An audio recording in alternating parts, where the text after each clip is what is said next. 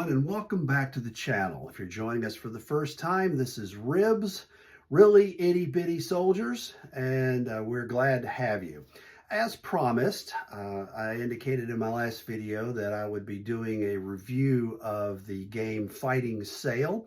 I've decided to start a new set of videos called Appetizers, in keeping with the barbecue motif of the channel. What I want to do with these appetizers is to give you something that's in between the full-on rules review and the playthrough, because the full rules, this is designed for people who have picked up this, looked at this title and went, yeah, I'm kind of interested in that, but I don't know that much about it.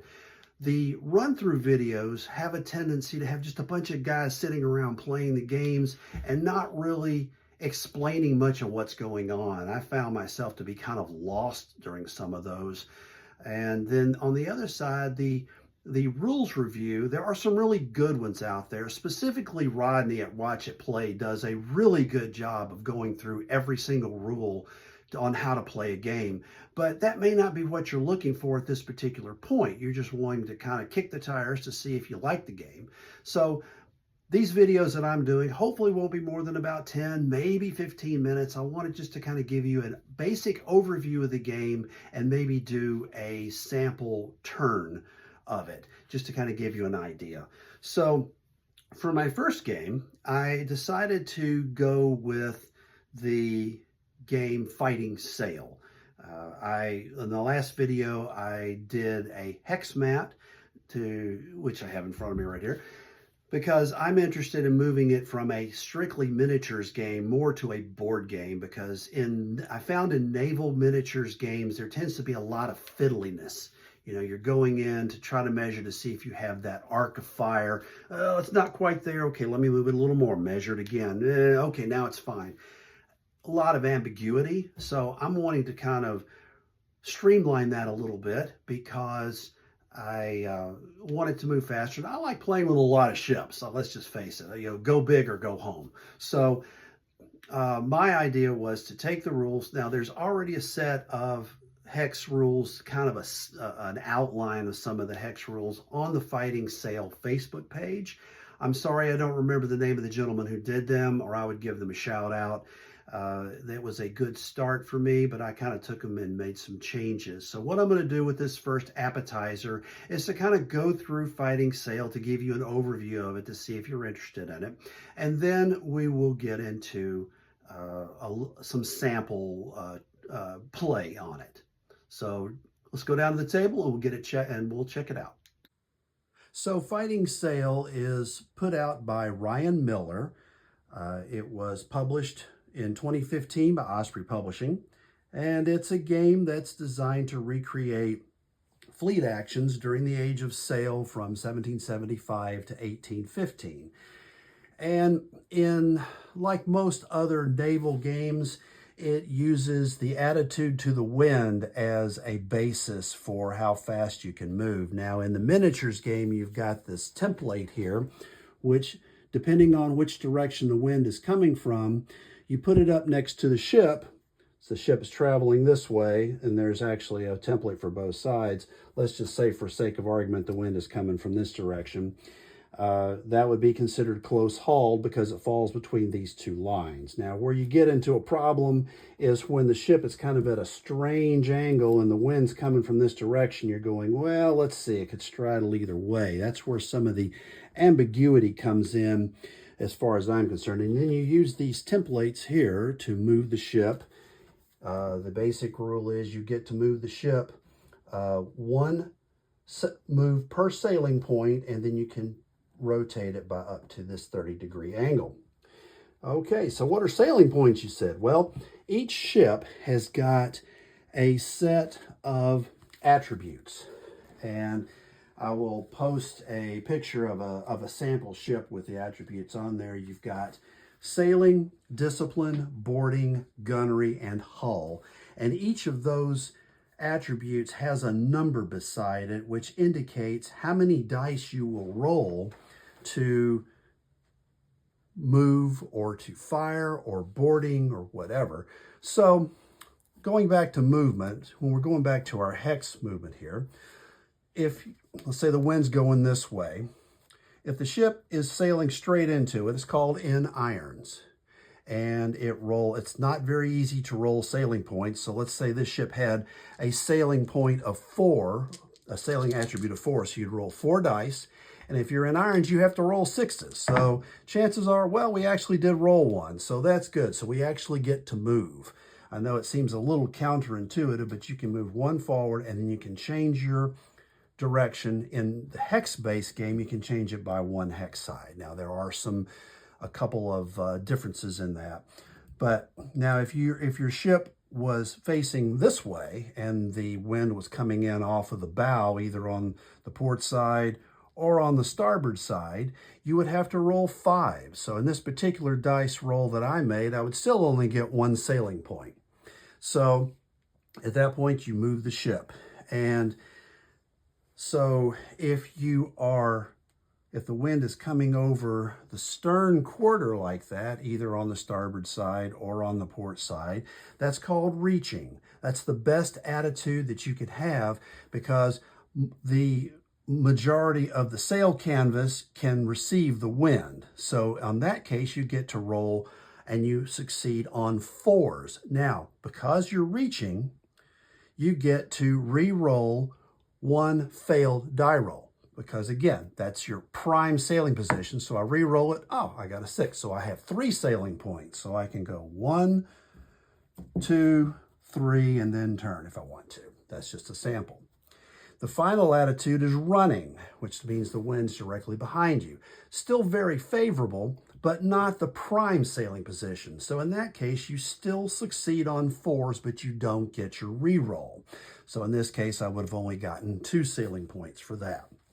So that's how you move. So first thing you do is you roll initiative. Let's say we have a French ship over here, and then we're going to roll, let's say, blue for the French and orange for the British.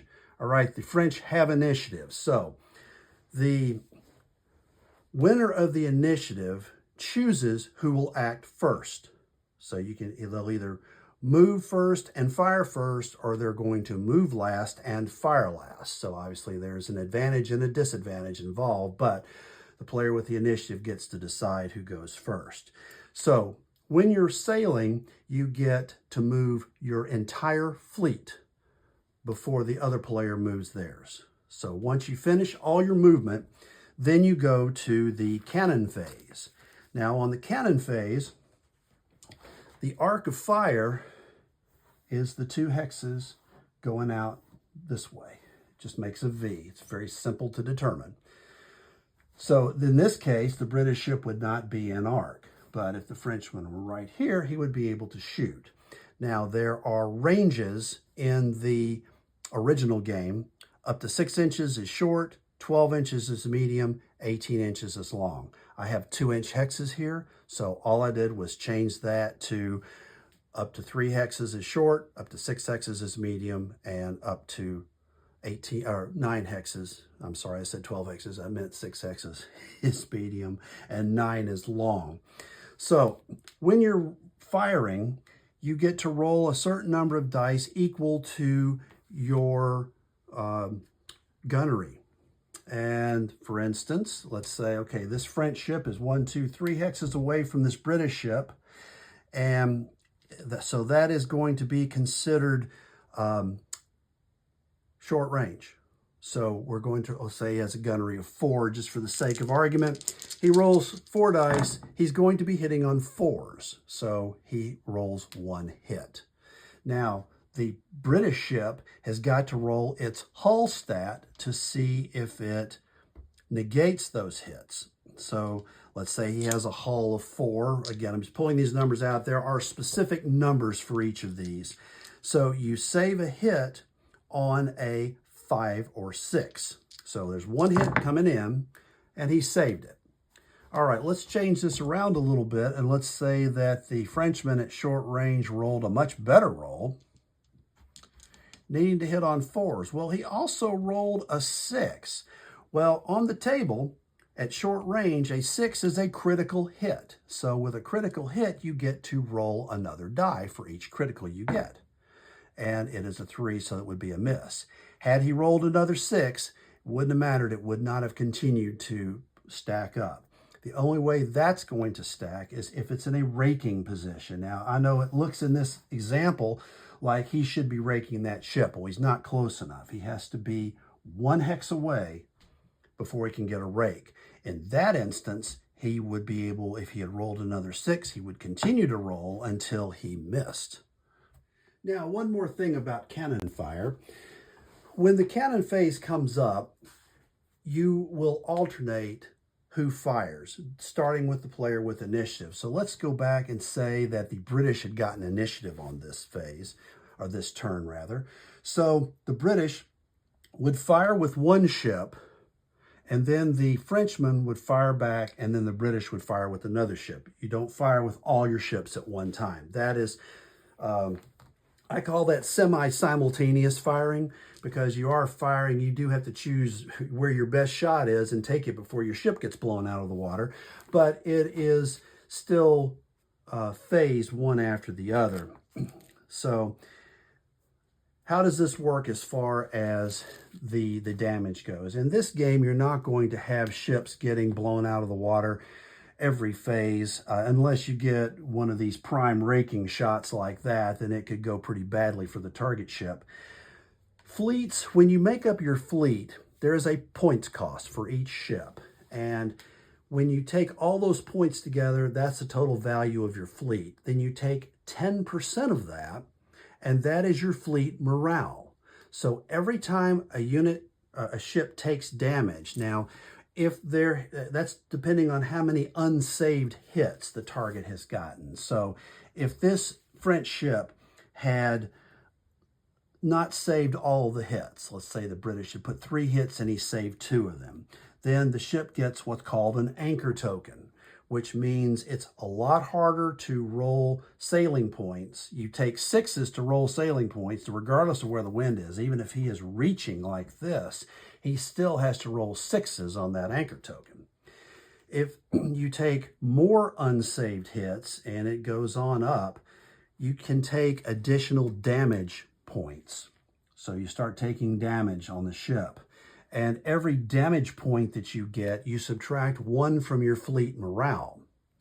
Now that ship will have a chance to repair those damaged points during their phase. When they act, they take what's called a discipline check, which again is rolling a fistful of dice to see how many 6s you can get to repair that damage. But if a ship takes 3 damage, then it becomes crippled, which means you still have the damage and you can still repair it, but that ship is permanently crippled, which is going to have its gunnery and boarding values.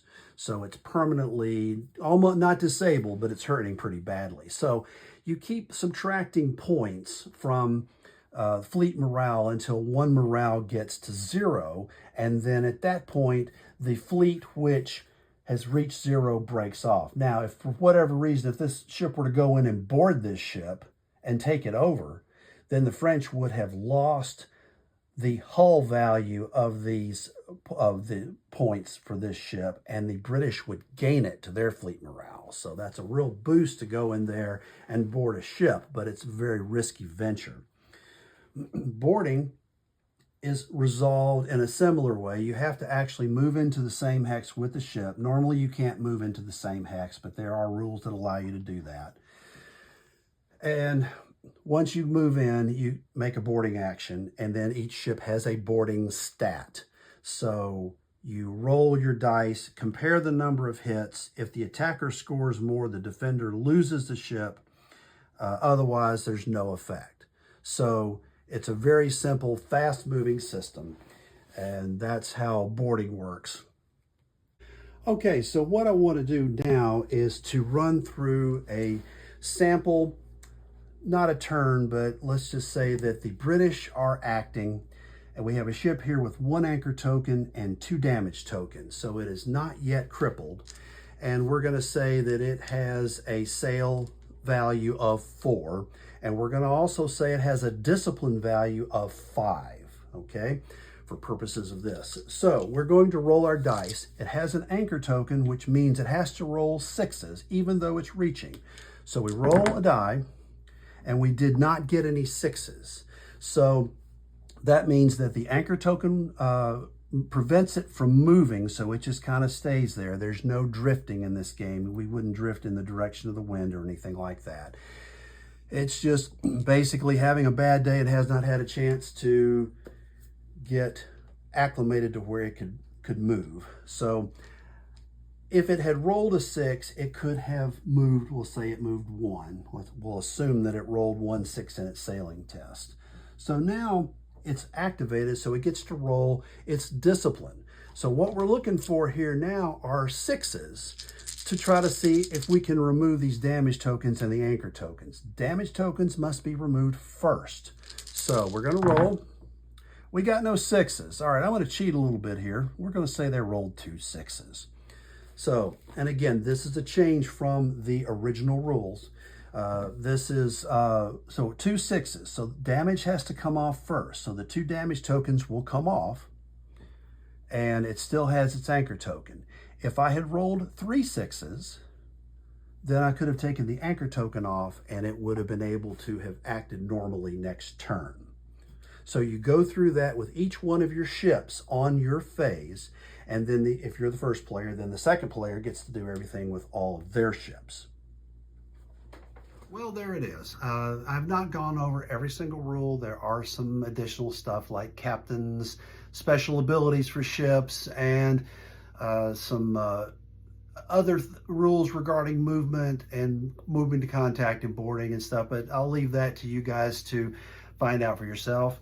Bottom line, it's a good naval set of rules if you like Age of Sail, and I recommend getting them. You can get them on, I think you can get them on Amazon. I don't know what the price is, but I also recommend you go to the Fighting Sail Facebook page. There's a lot of guys on there that are contributing some good stuff. There's some scenarios and a few house rules and things. I think you'll find it very interesting. At any rate, have a good one, and I will see you next time.